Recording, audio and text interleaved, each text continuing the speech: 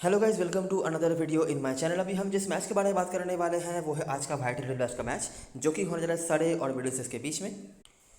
तो ये मैच जो होने जा रहा है कैनिंगटन ओवल लंदन में, जो कि सरे का घर है। ये मैच मतलब इस ग्राउंड पे लास्ट जो मैच हुआ था, सेकंड लास्ट जो मैच हुआ था हैम्पशायर के अगेंस्ट में, वो मैच हमने कवर करा था। और इस ग्राउंड के बारे में हमें आइडिया है। हम पिछले साल भी जो बचे गिने चुने ग्राउंड्स पे फोकस करते थे, उनमें से ये ग्राउंड भी एक है। तो थोड़ा बहुत आइडिया हमें है। काफ़ी सारी चेंजेस सरे की टीम में हो रही है, और जब भी इंग्लैंड के मैचेस होते हैं ये चीज़ सरे के साथ होता है। अभी तो चलो फिर भी पूरी तरीके से इंग्लैंड की फुल टीम नहीं जा रही है, बहुत सारे प्लेयर्स को रेस्ट दिया गया है ये वो। तो इसीलिए काफ़ी सारे प्लेयर्स अभी भी खेल रहे हैं इनके टीम में। लेकिन जब ये फुल स्ट्रेंथ के साथ इंग्लैंड किसी टूर पे जाएगी तो आपको दिखेगा कि बहुत सारे प्लेयर्स एक झटके में गायब हो जाते हैं सरे की टीम से। और इस रीज़न की वजह से सरे टूर्नामेंट का स्टार्ट तो बहुत बढ़िया कर लेती है, लेकिन फिनिश अच्छा नहीं कर पाती है। और ये चीज़ अभी धीरे धीरे करके सड़े की तरफ से आपको देखने मिल सकता है। मिडलसेक्स का वैसा कुछ नहीं है सीन, उनकी तरफ से कोई ऐसा नुकसान नहीं हुआ है। मेरे ख्याल से यॉन मॉर्गन ही नहीं है, लेकिन यॉन मॉर्गन वैसे भी खेल ही नहीं रहे थे, तो उनका नहरा ना नहरा कोई ज़्यादा फर्क डालेगा नहीं। मिडलसेक्स ने काफ़ी अच्छा स्टार्ट किया था, लेकिन धीरे धीरे करके वो वही जगह पे वापस आ रहे हैं जहाँ पर वो हमेशा ख़त्म करते हैं। और सरे अभी तक अगर हम दोनों ग्रुप्स की बात करें जो लास्ट में चल रहा है, नॉर्थ ग्रुप साउथ ग्रुप, तो दोनों ग्रुप्स मिलाकर एकमात्र टीम है जो अभी तक एक भी मैच हारी नहीं है। और अगर आप सरे के मैचेस के रिजल्ट देखेंगे तो कोई कंपटीशन भी नहीं है, एक तरफा मैचेस वो जीतते हुए जा रहे हैं। बैटिंग बोल लीजिए, बॉलिंग, स्पेशली बॉलिंग तो काफ़ी अच्छी हुई है उनकी तरफ से। लेकिन अगर हम थोड़ा गौर ज़्यादा करेंगे तो उनकी तरफ से हाईएस्ट रन स्कोर और हाईएस्ट विकेट टेकर इस मैच से खेलने वाले हैं नहीं। तो देखना पड़ेगा कि इस मैच में किस तरह से कॉप अप कर लेते हैं। बीच में थोड़ा गैप था 5-6 दिनों का, जहाँ पे काउंटी चैंपियनशिप के मैचेस हुए हैं। सरे ने एक लड़के एक मैच जीता है सॉमरसेट के अगेंस्ट में, और मिडलसेक्स को मैच हारना पड़ा था डर्बीशायर के अगेंस्ट में। तो ये है थोड़ा बहुत प्रीव्यू। अभी स्टार्ट करते हैं इस मैच की एनालिसिस। वेदर वगैरह सही है, इसको लेकर कोई दिक्कत यहाँ पे नहीं है। आखिरी 5 मैचों की बात करें तो सरे आपको 5-0 से यहाँ पर आगे होती हुई दिख जाएगी, जैसे कि हम उम्मीद कर भी सकते हैं। देख लेते हैं जब ये दोनों टीमें आमने सामने हुई हैं आखिरी 5 मैचों में तो क्या क्या चीज़ हमें देखने मिला है। ये एक लंदन डार्बी है, याद रखना। मतलब मिडलसेक्स का जो जनरल होम ग्राउंड होता है लॉर्ड्स, वो भी लंदन में ही है। और आज का मैच जो जहाँ पे होने जा रहा है सरे के घर पे कैनिंगटन ओवल, वो भी लंदन में ही है। तो काफ़ी सारे कंडीशनल सिमिलैरिटीज आपको देखने मिलते हैं। एक मेजर चेंज है कैनिंगटन ओवल और लॉर्ड्स में, वो मैं आपको आगे समझाऊंगा। अभी देखते रहते हैं कि क्या होता है मामला, ठीक है। तो ये पहला मैच है। सरे ने बना था 218 रन, काफ़ी बड़ा स्कोर है। कुछ नामों को गौर से देखना है, ठीक है। Will Jacks, Laurie Evans, Rory Burns squad में है। रिसेंटली 100 मार के आ रहे हैं। जो काउंटी चैंपियनशिप का मैच हुआ था, अभी देखना पड़ेगा कि उनको खिलाया जाता है या नहीं। जेमी ओवर्टन, बाकी यहाँ पर हेल्म जिन्होंने जो अभी करंट स्क्वाड में अवेलेबल है, और मुर्ता खेल नहीं रहे हैं, और साउटर को लोन पे भेज दिया गया है मेरे ख्याल से डरहम की टीम में। मिडलसेक्स चेस तो नहीं कर पाए, लेकिन उन्होंने भी काफ़ी बड़ा स्कोर खड़ा किया था। जहाँ पर आपको एस्किनाजी के स्कोर दिख जाते हैं। डैन मोरियार्टी स्क्वाड में है, बैटी अभी खेलते नहीं है। एटकिंसन भी स्क्वाड में है, पॉसिबिलिटी है कि वो खेले। और सरे ने ये मैच जीत लिया था एक हाई स्कोरिंग एनकाउंटर में। अगला मैच ये ओवल मतलब कैनिंगटन ओवल में हुआ। ये लॉर्ड्स का ग्राउंड था, रन बन गया ज़्यादा। ओवल का मैच मिडलसेक्स की यहाँ पर हालत ख़राब कर दिया था सरे ने, जहाँ पे भी आपको एटकिंसन दिख जाते हैं। विल जैक्स फिर से यहाँ पर आप देखेंगे 2 विकेट, ऊपर भी कुछ रन्स थे। बाकी टॉपली बैटी खेल नहीं रहे हैं। सरे ने चेस कर लिया। रन बनाने वाले प्लेयर में से जेमी स्मिथ, जो आज के मैच में ओपन भी कर सकते हैं, देखना पड़ेगा। और बेन फोक्स जो खेल नहीं रहे हैं। फिन साउटर कोई अवेलेबल नहीं है। अगला मैच फिर से लॉर्ड्स में हुआ, फिर से ज़्यादा रन बनाया, फिर से सरे आपको दिख जाते हैं, फिर से विल जैक्स और बाकी जेमी ओवर्टन आपको दिख जाते हैं। साउटर फील यहाँ पर भी थे, लेकिन वो खेल नहीं रहे हैं। ग्रीन का परफॉर्मेंस, मिडलसेक्स ठीक ठाक सा स्कोर था। देखिए सिमिलैरिटी नोटिस करो। कैनिंगटन ओवल में मैच हुआ, मिडलसेक्स की बैटिंग खराब रही। सरे ने भी थोड़ा बहुत स्ट्रगल तो करा, लेकिन चेस कर लिया। लॉर्ड्स का मैच हुआ 218, मिडलसेक्स ने भी अच्छी बैटिंग करी 188। यहाँ पे भी आप लॉर्ड्स का मैच देखेंगे तो मिडलसेक्स की बैटिंग ठीक ठाक रही, उतना कुछ खास तो नहीं। पीछे है वो ऑफकोर्स इस फिक्चर में, तो मैच तो हारे ही हैं, लेकिन ठीक ठाक से रहा। फिर से एस्किनाजी के स्कोर, मॉर्गन के कुछ स्कोर्स हैं। बाकी ये कुछ बॉलर्स हैं जिन्होंने परफॉर्म करा, और सर ने फिर से एक बड़ा स्कोर बनाया और बड़े मार्जिन से जीत भी हासिल करी। एक नाम अभी तक कंसिस्टेंट चल रहा है, आपने नोटिस करी होगी। अगला मैच फिर से हम आ गए ओवल में। मिडलसेक्स ने बनाया था 174, decent batting. Eskinazi consistently score है, 4 में से 3 बार इनका नाम आ चुका है। बीच में एक मैच या फिर खेले नहीं होंगे या फिर फ्लॉप रहे होंगे। बाकी एटकिंसन फिर से कंसिस्टेंट रहे हैं। विल जैक्स फिर से सर ने चेस कर लिया, 1 ओवर रहते फिर से आपको जैक्स दिख जाते हैं। इस बार जेमी स्मिथ फिर से चेजिंग में इनका नाम है, और ओली पोप जो इस मैच में खेलने वाले हैं और रिसेंटली ही 100 मार के आ रहे हैं, तो मोमेंटम भी बहुत ही बढ़िया है इनके पास। और लास्ट जो मैच हुआ था वो भी लॉर्ड्स में हुआ था, और लॉर्ड्स के सारे ही मैचेस में आपने देखे हैं कि तीनों ही मैचेस में रन बने। सर ने यहाँ पर 208 रन बना दिए, जहाँ पर आपको ये कुछ परफॉर्मर दिख जाते हैं, जहाँ पर नडीन और जेमी ओवर्टन बैटिंग फर्स्ट में तीनों ही बार इनका नाम आया है। सर ने जितनी बार बैटिंग फर्स्ट करा, देखो बैटिंग फर्स्ट लॉर्ड्स में जेमी ओवर्टन के रन, उसके बाद यहाँ पर आ जाओ फिर से लॉर्ड्स सारे की बैटिंग फर्स्ट जेमी ओवर्टन के रन्स, उसके बाद ये पहला मैच देख लो, फिर से सर की बैटिंग लॉर्ड्स में हुई, फिर से जेमी ओवर्टन के रन। जेमी ओवर्टन इस सीजन में काफ़ी अच्छा कर रहे हैं, बॉलिंग धमाकेदार उनका हो रहा है और अभी इनको ज़्यादा बॉलिंग भी मिल रही है। पहले मतलब लास्ट 2-3 सीजन से वो खेल रहे हैं, इनका रोल सही से समझ नहीं आता था। क्या होता था कि इनको ढंग से बॉलिंग दी नहीं जाती थी, 6-7 नंबर पर बैटिंग भेजी जाती थी, यही 10-15 गेंद में वो खेलते थे, 20-25-30 रन बना के आउट हो जाते थे या फिर ऐसा कुछ करते थे, और मुश्किल से ही 1-2 ओवर की बॉलिंग मिल जाती थी। लेकिन अभी ये बॉलिंग भी बहुत ही बढ़िया कर रहे हैं, लिटरली लीड कर रहे थे बॉलिंग को काउंटी चैंपियनशिप में भी। तो अभी हम उम्मीद कर सकते हैं, स्पेशली रीज स्टॉपली, सैम करन जैसे प्लेयर्स जब नहीं हैं तो इनकी बॉलिंग भी अभी ज़्यादा होने वाली है। तो कंसिस्टेंट स्कोर्स है बैटिंग फर्स्ट में, आप देख सकते हैं 25-30 के भीतर। और लास्ट मैच जो हुआ था ये कुछ परफॉर्मेंस आपको देखने मिले थे, जहाँ पर हेल्म जो पुराने प्लेयर्स में से हैं, ग्रीन का नाम है, यानी कुछ बॉलर से मिडिल की बैटिंग डिसेंट रही, फिर से इसकी नाजी कंसिस्टेंट स्कोर्स हैं इनके, ग्रीन के कुछ परफॉर्मेंस हैं, बाकी बॉलरों में से ये कुछ परफॉर्मर हैं। यहाँ पर विल जैक्स हालांकि नहीं चले थे, लेकिन बाकी 5 में से 4 मैचेस में तो हमें विल जैक्स के नाम देखने मिले ही हैं, या तो बैटिंग में या तो बॉलिंग पे भी उन्होंने काम करके रखा हुआ है। इसके अलावा जेमी ओवर्टन का नाम हमें मिला है, एस्किनाजी का नाम मिला है जो पुराने प्लेयर्स में से हैं। तो नाम अगर आप ढूंढने जाएंगे तो ये मामला है, लेकिन अगर हम ओवरऑल देखेंगे तो मिडिल सेक्स यहाँ पर पीछे ही रही है, और ये fixture more than average total या हाई स्कोरिंग आप कह सकते हैं बन रहा है। अगर आप ध्यान से नोटिस करेंगे तो लॉर्ड्स के ग्राउंड्स पे तो रन बने ही हैं, लॉर्ड्स के ग्राउंड पे तीनों ही बार सर ने पहले बैटिंग करी और 200 के पार स्कोर पहुंचाया। मिडिल की बैटिंग भी ठीक ठाक रही है एक मैच को छोड़ के। तो नोटिस करो, देखो 218 रन मिडिल ने 188 बना दिया था, काफ़ी बड़ा स्कोर है ये, 400 के ऊपर स्कोर बन गए दोनों इनिंग्स मिला के। लॉर्ड्स का ग्राउंड था, यहाँ से हमें कॉमन प्लेयर्स देखने मिले थे, Jacks, Burns, Overton, Evans, Helm, और यहाँ से एस्किनाजी के एक्टिंग कुछ स्कोर्स थे। उसके बाद ओवल का मैच हुआ, यहाँ पर थोड़ा सा खराब बैटिंग हुआ था मिडिल का, थोड़ा नहीं काफ़ी खराब बैटिंग हुआ था, जहाँ पर भी आपको जैक्स की बॉलिंग दिख जाती है, एटकिंसन की बॉलिंग, एक और नाम है एटकिंसन, नोटिस करने वाले प्लेयरों में से हैं। बाकी ये कुछ परफॉर्मर्स से सर ने चेस कर लिया, जहाँ पर जेमी स्मिथ आपको दिख जाते हैं जो करंट स्क्वाड में अवेलेबल हैं।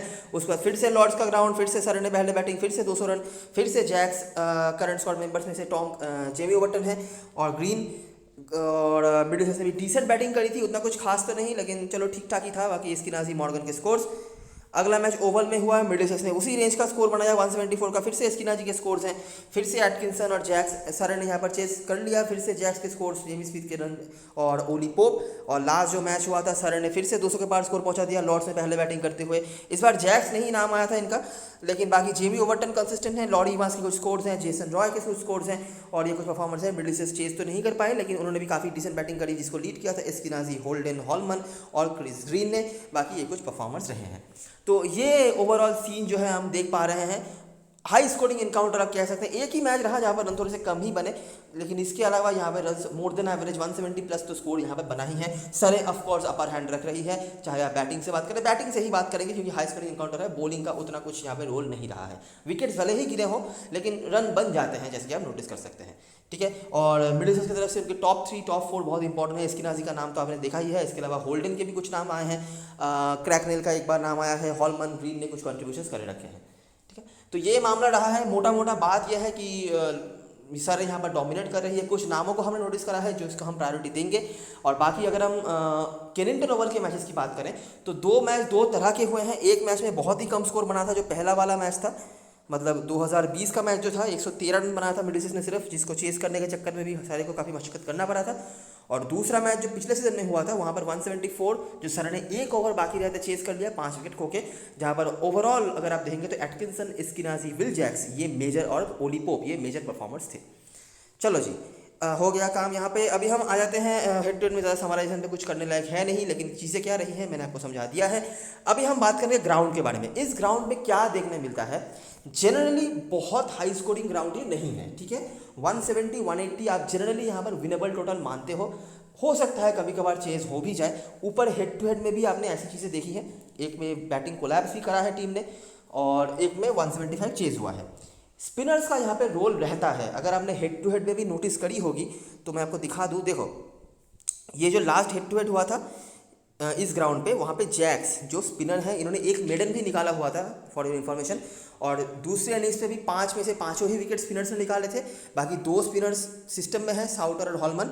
और जो पहला मैच था, अगर हम वहाँ पे भी नोटिस करेंगे तो आपको दिखेगा बैटी का नाम, आपको दिखेगा जैक्स का नाम। तो 10 में से 5 स्पिनर्स के विकेट्स, और दूसरे इनिंग्स पे भी 4 में से 2 स्पिनर्स, मतलब लेग स्पिनर तो आप छोड़ ही नहीं सकते। इवन स्पिनर्स भी यहाँ पे ओवरऑल अगर कोई स्पिनर है तो वो भी आपके लिए काम पे आ जाते हैं। स्पेशली विल जैक्स की बॉलिंग यहाँ पे काम पे आ जाती है, ये हमने हिस्टोरिकली नोटिस करा है।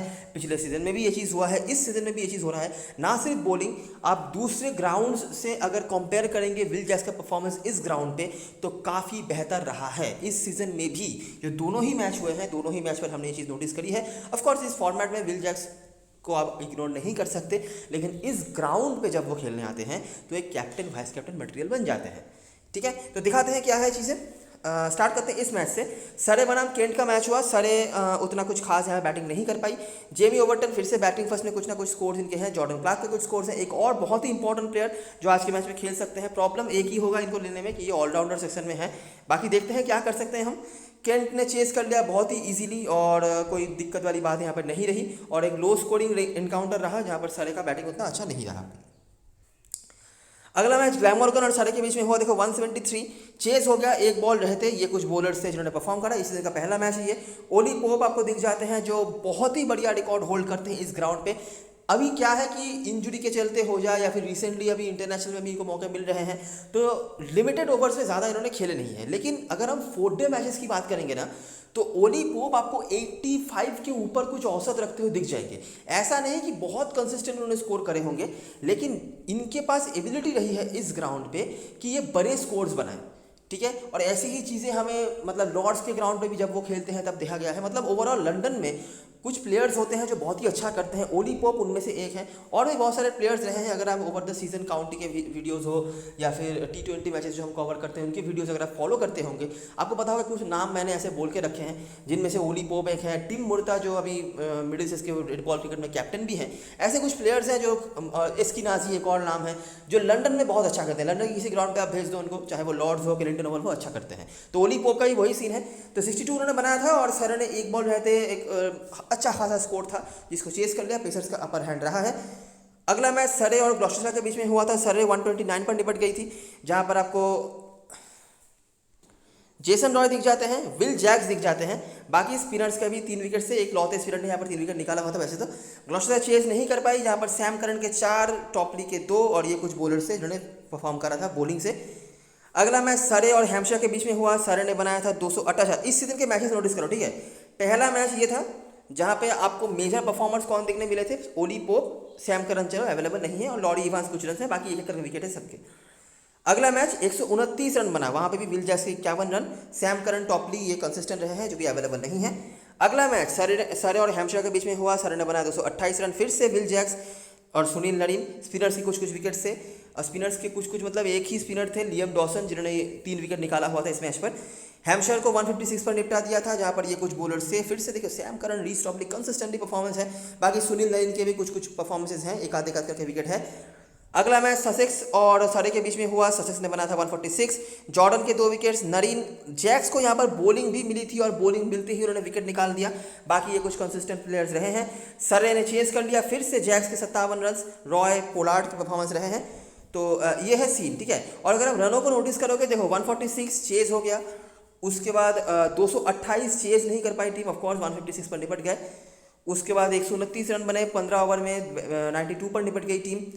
उसके बाद 173 जो चेज हो गया। तो और ये सीज़न का आखिरी मैच था, ये लास्ट सीजन का, तो ये छोड़ देते हैं।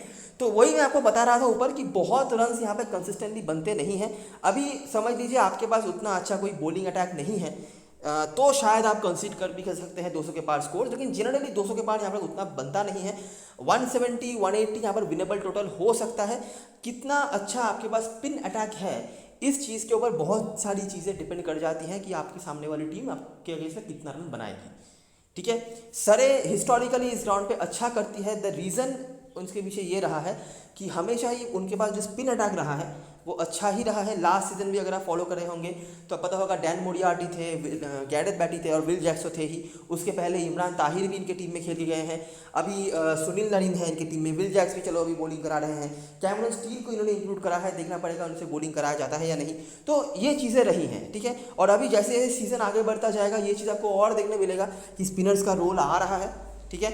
और रनों की बात करें तो रन थोड़ा सा मैं कहूँगा कि मोर देन एवरेज आप हाईली एक्सपेक्ट कर सकते हैं, लेकिन इससे कम ही जनरली बनते हैं। और जैसे सीजन आगे बढ़ता जाएगा ना ये रन थोड़े से कम ही होते जाएंगे। हालांकि इस फिक्चर में हमने रन बनते हुए देखे हैं। तो ओवरऑल हमारा थॉट प्रोसेस यही होना चाहिए कि इस मैच पे भी हम 170-180 के बीच में टोटल एक्सपेक्ट कर रहे हैं। और मिडिलसेक्स के अगेंस्ट में मैच रहा है तो हमारी टीम भी जो होगी वो मिडिलसेक्स के अगेंस्ट में ही होगी। और कुछ चीज़ें, कुछ परफॉर्मर्स यहाँ पर हमने नोटिस करे हैं। विल जैक्स का नाम बार बार आ रहा है, हेड टू हेड में भी आपने देखा, इस ग्राउंड पे भी आपने देखा कि पिछले जो इस सीजन में 3 मैचेस हुए हैं 3 में से 2 बार 50+ स्कोर है, विकेट्स भी निकाले हैं। तो डेफिनेटली एक बहुत इंपॉर्टेंट प्लेयर बन जाते हैं। Sam Curran, bridge Topley consistent थे लेकिन वो दोनों ही अवेलेबल नहीं है। तो ये हो गई सारी चीज़ें जो हम ग्राउंड से बता सकते थे। हेड टू हेड की चीज़ें मैंने पहले डिस्कस कर दी है। आई होप आपने सब कुछ सही से देख लिया होगा। अभी हम बात करेंगे प्लेइंग यूनिट के बारे में। कुछ चेंजेस हो सकते हैं सारे की टीम में। विल जैक्स का तो पक्का है कि ओपनिंग कर रहे हैं। जेसन रॉय नहीं खेलेंगे तो पॉसिबिलिटी ये है कि जेमी स्मिथ से ओपनिंग कराई जा सकती है। और यहाँ पे जॉर्डन क्लार्क और गस एटकिंसन के रूप में एक्स्ट्रा बॉलर्स को खिला सकते हैं, या फिर रॉडी बर्न्स को भी वो खिला सकते हैं। रॉडी बर्न्स, कैमरन स्टील जैसे ऑप्शंस भी हैं। कैमरन स्टील जनरली ओपनर तो नहीं है, लेकिन अगर टीम चाहे रॉडी बर्न्स ओपनिंग कर सकते हैं, लेकिन वाइट बॉल क्रिकेट में वो उनसे भी ओपनिंग नहीं कराई जाती है, तो देखना पड़ेगा। बाकी रॉडी बर्न्स रिसेंटली अच्छा करके आए हैं, लेकिन वाइट बॉल क्रिकेट में कभी भी रॉडी बर्न्स उस तरह से एस्टैब्लिश्ड प्लेयर नहीं बन पाए हैं, तो इसीलिए टीम उनको इग्नोर ही करती है। लेकिन अभी देखना पड़ेगा कि क्या करती है टीम। जेमी स्मिथ मुझे लगता है डेफिनेटली अच्छे ऑप्शन बन सकते हैं ओपनिंग स्लॉट पे अगर भेजा जाए तो। इन्होंने पिछले सीजन में काफ़ी मैचों ओपनिंग करके रखा हुआ है और परफॉर्मेंस भी करके रखे हुए हैं। टैलेंट बहुत है, बाकी ढंग से अगर टीम यूज़ करे तो कुछ काम बने। ओली पोप डेफिनेटली आप इनको गलती से भी छोड़ नहीं सकते। मैं नहीं कह रहा बहुत ज़्यादा कुछ कर देंगे, कर भी सकते हैं, लेकिन कर देंगे ही ऐसी कोई बात नहीं है। लेकिन इस लंदन के ग्राउंड्स पे ओली पोप को छोड़ना बहुत ही रिस्की हो सकता है। लॉरी इवांस, उसके बाद कारन पोलार्ड, आज के मैच से इनको बैटिंग में प्रमोशन मिल सकता है। अभी क्योंकि सैम करन नहीं है तो थोड़ा बहुत तो बैटिंग ऑर्डर में चेंजेस होंगे। सैम करन, जेसन रॉय क्योंकि नहीं है तो वो चेंजेस हो सकते हैं। कारन पोलार्ड को बॉलिंग भी मिल सकती है 1 आध ओवर की, तो उसके लिए भी तैयार रहना है। जेमी ओवर्टन का आपने देख लिया है। सुनील नरीन भी आप छोड़ना नहीं चाहेंगे, इस ग्राउंड पे इफेक्टिव हो रहे हैं, कुछ ना कुछ परफॉर्मेंस वो करे ही जा रहे हैं हर मैच पे। मतलब मिनिमम 50-60 के आसपास पॉइंट कहीं नहीं जा रहा है, तो कंसिस्टेंट पॉइंट स्कोरर है। जॉर्डन क्लार्क खेल सकते हैं आज के मैच में, और लास्ट मैच भी जो उन्होंने खेला था अच्छा कंट्रीब्यूशन करा था, बैटिंग से भी बॉलिंग से भी। प्रॉब्लम इनको लेने में एक ही होने वाला है कि ऑलराउंडर सेशन में है, बाकी कोई दिक्कत नहीं है। गुस एटकिंसन बहुत ही बढ़िया फॉर्म से गुजर रहे हैं। रेड बॉल क्रिकेट की अगर बात करी जाए तो व्हाइट बॉल क्रिकेट में भी पिछले सीजन में जितने मैच में उनको मौके मिले उन्होंने धमाकेदार परफॉर्मेंस करा। स्पेशली बॉलिंग फर्स्ट में, डेथ ओवर में भी बहुत ही अच्छी बॉलिंग कराते हैं। बॉलिंग फर्स्ट में एक कैप्टन वाइस कैप्टन मटेरियल बन सकते हैं अगर खेलते हैं तो। बाकी देखना पड़ेगा। क्रिस जॉर्डन, डैनियल वोडाल, उसके बाद है बेंच पे जो प्लेयर्स होंगे इनमें से डैन मोरियार्टी एक ट्राइबल ऑप्शन है, बाकी मुझे कुछ खास दिखा नहीं है। कैमरन स्टील ने कुछ रन्स बनाए हुए हैं सेकंड 11 के होकर, सेकंड टीम के होकर, लेकिन उतना कुछ खास नहीं है कि मैं कुछ हाईली आपको बोलूँ कि नहीं आप ले सकते हैं अगर खेलते हैं तो हमारे टीम में जो प्लेयर ज़रूर से होंगे, विल जैक्स होंगे, ओली पोप। अभी जेमी स्मिथ अगर ओपनिंग करते हैं तो डेफिनेटली ट्राइबल ऑप्शन हो जाएंगे कीपर सेक्शन में, और कोई बेटर ऑप्शन आपके पास हैगा नहीं। तो देख सकते हैं आप जेमी ओवर्टन, सुनील नरीन, ये 4 हमारे टीम में होंगे। गुस एटकिंसन बॉलिंग फर्स्ट में, क्रिस जॉर्डन बॉलिंग सेकंड में, ये आप देख सकते हैं। बाकी ये 4 होंगे। बाकी टॉस के बाद हमें देखना पड़ेगा कि किसको ले पाते हैं किसको नहीं। मिडिल सेक्टर से बात करें तो एस्किनाजी और होल्डन ओपनिंग कर रहे हैं और दोनों ही काफ़ी अच्छा कर रहे हैं। होल्डन अच्छे फॉर्म से गुजर रहे हैं, ऐसी कोई बात नहीं है। एक आध मैच फेलियर चल सकता है लेकिन वो ठीक ठाक ही कर रहे हैं, और एस्किनाजी तो वैसे भी आप छोड़ने वाले हो नहीं। Cracknell, Davis, Anderson, Simpson, Holman, Green Hill, Behrendorff और वलालाविता के जगह पे यहाँ पे ग्रेटवुड या जॉस डी शेयर्स को भी खिलाया जा सकता है, हालांकि चांसेस काफ़ी कम है इसके, ठीक है। वलालाविता सही बॉलिंग करा रहे थे लास्ट मैच में भी, अगर वो लास्ट के ओवर छोड़ दिए जाए तो सही बॉलिंग करा रहे थे, प्रेशर बना के रख रहे थे, बस इनको विकेट्स नहीं मिल रहे, यही प्रॉब्लम है। बाकी इस राउंड पे स्पिनर्स के लिए कुछ है चीज़ें, देखना पड़ेगा कि वो क्या करते हैं। बाकी जिन प्लेयर्स को आप ज़रूर सिलाना चाहेंगे, एस्किनाजी और होल्डन, पहले तो ये दोनों आपकी टीम में हो गए। डेविस बैटिंग फर्स्ट में आप देख सकते हैं, टेम्परामेंट है इनके पास, थोड़ा समझ के खेल सकते हैं, इनिंग्स बिल्ड करने की एबिलिटी है, और जब भी बैटिंग फर्स्ट करने का मौका मिला है अभी तक उन्होंने रन बना के रखा हुआ है। बहुत कुछ ऐसा कुछ नहीं कि लेना ही पड़ेगा, अगर आप चाहो ले सकते हो अगर कहीं पे देख रहे हो तो। बाकी एंडरसन अच्छा कर रहे हैं और अच्छी जगह पे इनको यूज़ भी किया जा रहा है। काफ़ी दिनों के बाद डेफिनेटली एक ट्रायबल ऑप्शन है। क्रिस ग्रीन एक और ऑप्शन है जिनके रिकॉर्ड्स अच्छे हैं और भी बैटिंग भी ये अच्छी खासी कर लेते हैं, ऊपर से स्पिन डिपार्टमेंट भी ये संभाल रहे हैं, तो ये दोनों ऑलराउंडर सेक्शन में तो पक्का हो गए। हॉलमन एक ऑप्शन है लेकिन इनको मैनेज कर पाना मुश्किल होगा, तो पॉसिबिलिटी बहुत कम है कि आप इनको ले पाएँ। अगर किसी साइड पे आप खेल रहे हो जहाँ पर आप बहुत सारे ऑलराउंडर्स ले सकते हो, बहुत सारे से मेरा मतलब है 4 से ज़्यादा, तो वहाँ पे ये 5 या 6ठे ऑप्शन के तौर पे आपके पास आ सकते हैं। बाकी मुझे लगता नहीं कि पॉसिबल होगा इनको अभी ले पाना। और बाकी बॉलरों में से बेरेंडोर्फ, हेल्म, ये दोनों हैं आपके पास, और ज़्यादा कोई ऑप्शन भी नहीं है। ये इन दोनों टीम्स के मैचेस जब भी होते हैं ना, तो एक एक सेक्शन में इतने सारे प्लेयर्स अवेलेबल हो जाते हैं कि मतलब बाकी सेक्शन से प्लेयर छोड़ पाना मुश्किल है और ऑलराउंडर सेक्शन से प्लेयर ले पाना मुश्किल हो जाता है। ऑलराउंडर सेक्शन में आप अगर गिन रहे होंगे तो आप देखेंगे कि ऑलरेडी आपके यहाँ पर ग्रीन है, हिल्म है, एंडरसन है, तो यहाँ से 3 प्लेयर्स हो गए। यहाँ पर आप देखेंगे तो आपको क्लार्क दिख जाएंगे, नरीन है, पोलार्ड है, विल जैक्स भी मेरे ख्याल से ऑलराउंडर सेक्शन में ही है। तो 7 से 8 प्लेयर्स तो यहीं पे हो गए, जिनमें से आपको लेने हैं 4। ठीक है, तो ये चीज़ें, ये प्रॉब्लम हो जाती है स्पेशली सड़े के मैचेस में। तो देखते हैं आगे क्या कर सकते हैं हम।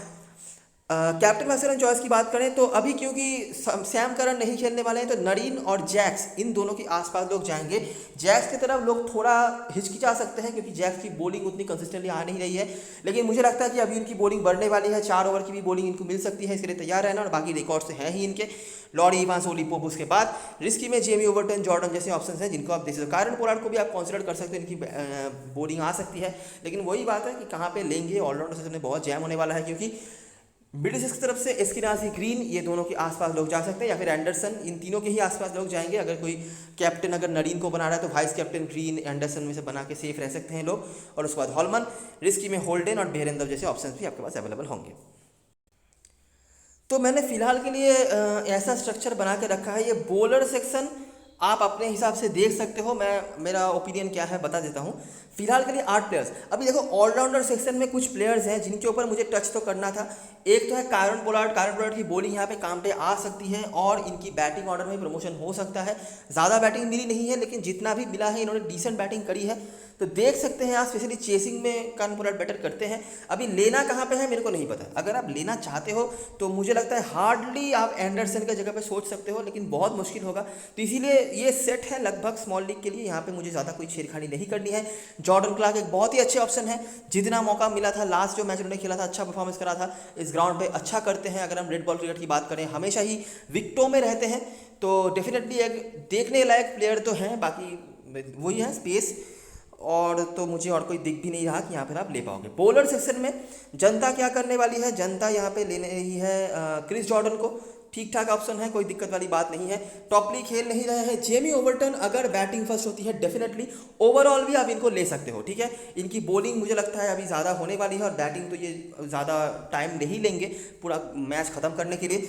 और इसके अलावा यहाँ पर टॉम हेल्म है, बेरेंडोर्फ है। बेरेंडोर्फ को जनता लेने वाली है। मेरे ख्याल से 3 बॉलर जो जनता करने वाली है, क्रिस जॉर्डन, यहाँ पे या तो ओवर्टन और वोडाल में से कोई एक, और यहाँ पर बेरेंडोर्फ या फिर हेल्म भी ऑप्शन आ सकते हैं। इनमें से किसी को लेने वाली है टीम लोग। ठीक है, ओवर्टन का एक ही प्रॉब्लम है कि इनको कितना बॉलिंग मिलेगा भी या नहीं, ये कोई गारंटेड नहीं है, लेकिन हाई चांसेस हैं कि इनको मिलना चाहिए जिस तरह के मोमेंटम से गुजर रहे हैं। बाकी बैटिंग का तो देखी होगा आपने।